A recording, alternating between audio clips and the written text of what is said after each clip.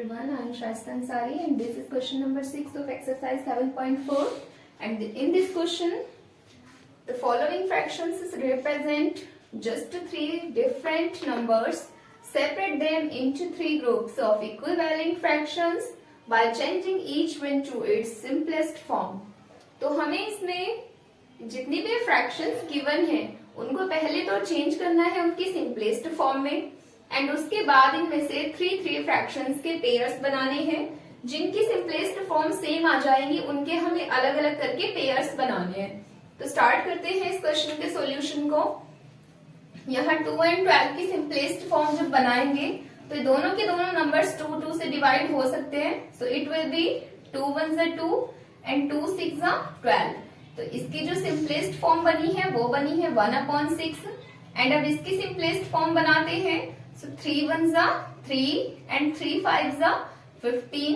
तो इसकी जो सिंपलेस्ट फॉर्म बनी है वो बनी है 1/5, एंड अब यहाँ 8/50 की सिंपलेस्ट फॉर्म बनाते हैं। तो इन दोनों को हम 2 से डिवाइड करेंगे पहले।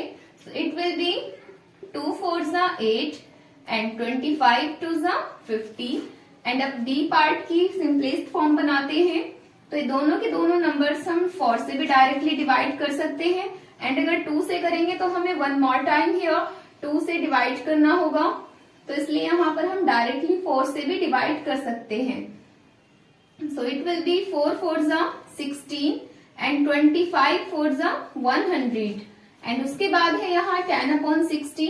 तो हम इन दोनों को ही 10 से डिवाइड कर सकते हैं।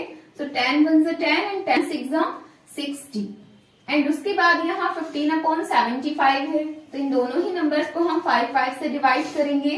So 5 3 15, एंड अगर 5 से इसको डिवाइड करेंगे तो ये होगा 15 5 75, एंड अगेन हम इन फ्रैक्शंस को यहाँ पर 3 से डिवाइड कर सकते हैं।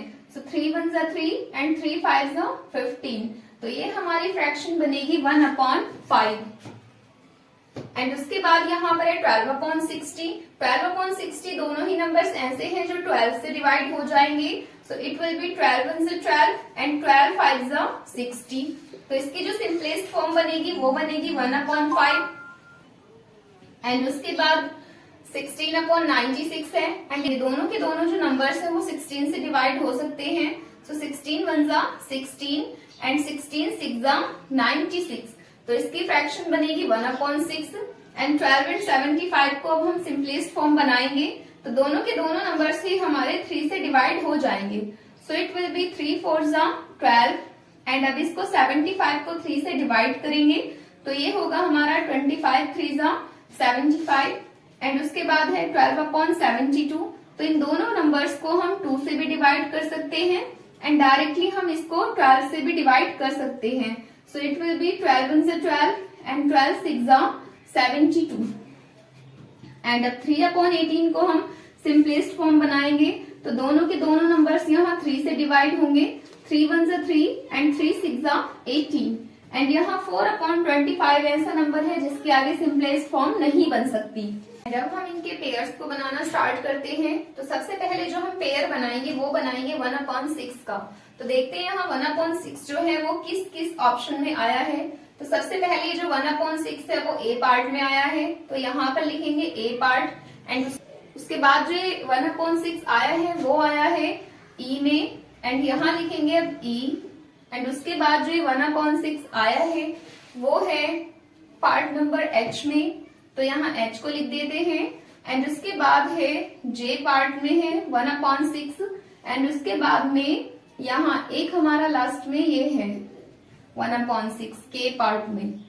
तो यहाँ पर 1/6 के जितने भी ग्रुप्स बने हैं वो यहाँ आ चुके हैं, एंड उसके बाद नेक्स्ट फ्रैक्शन को ले लेते हैं जो 1/5 है। अब उसके पेयर्स बनाएंगे। तो 1/5 जो हमारा यूज हुआ है वो यूज हुआ है सबसे पहले बी ऑप्शन में, एंड उसके बाद 1/5 आया है एफ पार्ट में, एंड उसके बाद आया है जी पार्ट में, एंड उसके बाद 1/5 और कहीं नहीं आया। अब यहाँ पर जितने भी हमारे पास ये फ्रैक्शंस के पेयर्स बचे हैं उनको देखते हैं। अभी हमारे पास ये जो 4/25 है वो बचा हुआ है, तो अब की बार 4/25 को ले लेते हैं। तो अब देखते हैं कि जो 4/25 की फ्रैक्शन है वो कहाँ पर आई है।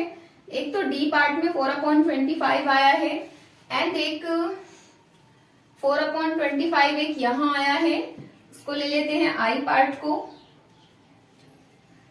एक डी में आया है एंड एक आई पार्ट में आया है एंड उसके बाद जो ये 4/25 है वो एक एल पार्ट में आया है। तो इस क्वेश्चन का आंसर यहाँ फिनिश हो चुका है।